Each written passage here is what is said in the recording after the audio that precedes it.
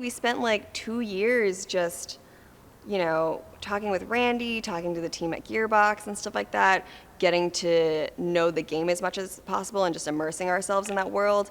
But really, like, we spent a lot of that time trying to figure out what, like, Ari and myself felt the best version of a Borderlands movie would be.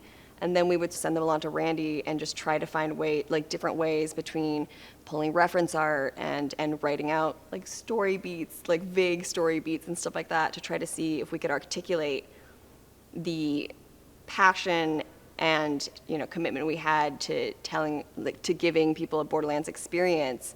And also just trying to find like a narrative way to talk about what we thought the movie should be without necessarily locking us into anything before any of us were really ready, like before we had a writer or studio or director or anything like that.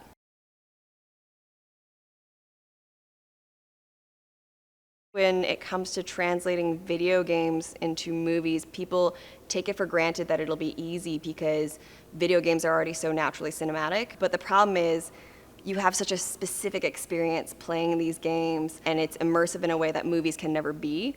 And so it can't ever be quite as literal a translation as I think most people would assume it would be. Borderlands, for example, stood out to us because the experience of the game, there's so much joy to it, and it's more about exploring this world and getting to know the community inside of like Pandora and stuff like that, as opposed to necessarily like, oh, like it has to go through these specific milestones and these specific plot beats. And so a lot of what Ari and I were trying to do initially was to look at key character interactions and really memorable moments that we've had playing the games, and then trying to find a way to translate that into a narrative experience that still captured the spirit of what happened in the games, while feeling like it could be put together in a movie storyline.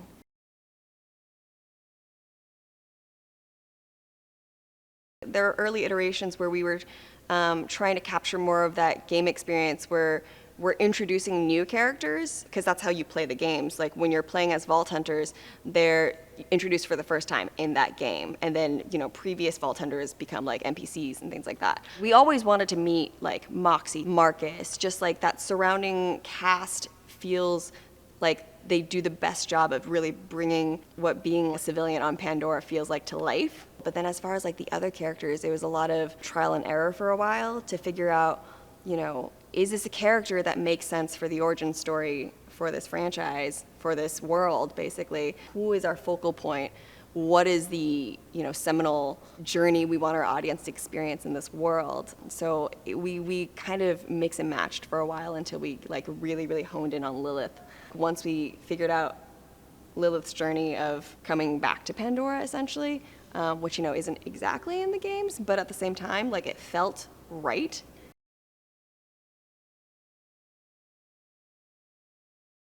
Once we felt like the script was in a place where we were ready, like it was time to make it, and he just came in so hot as far as like his vision for what a Borderlands movie should be and how to hit not only the craziness and what you've always seen from Eli Roth movies, but he also had his own like very personal way into how to tell this story. He just came in and like pitched the crap out of it.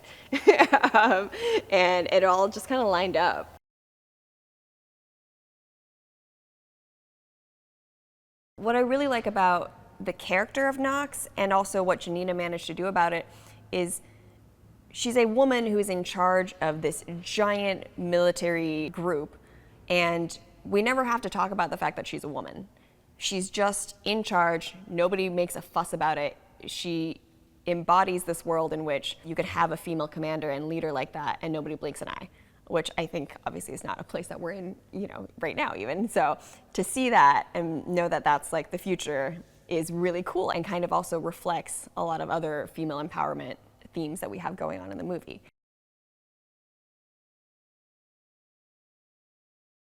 Gina came into this with such an incredible energy and depth of knowledge about Moxie. We spent some time talking to her, and she has an entire backstory for Moxie that is related to what's in the game, but also comes from Gina's own heart, and she brought her own personal take on it. And I think you can see that in the role, because we always saw her as this sort of mayor figure in Sanctuary specifically, but at the same time, she's an inspiration to everybody around her. You just feel this immediate allegiance to her.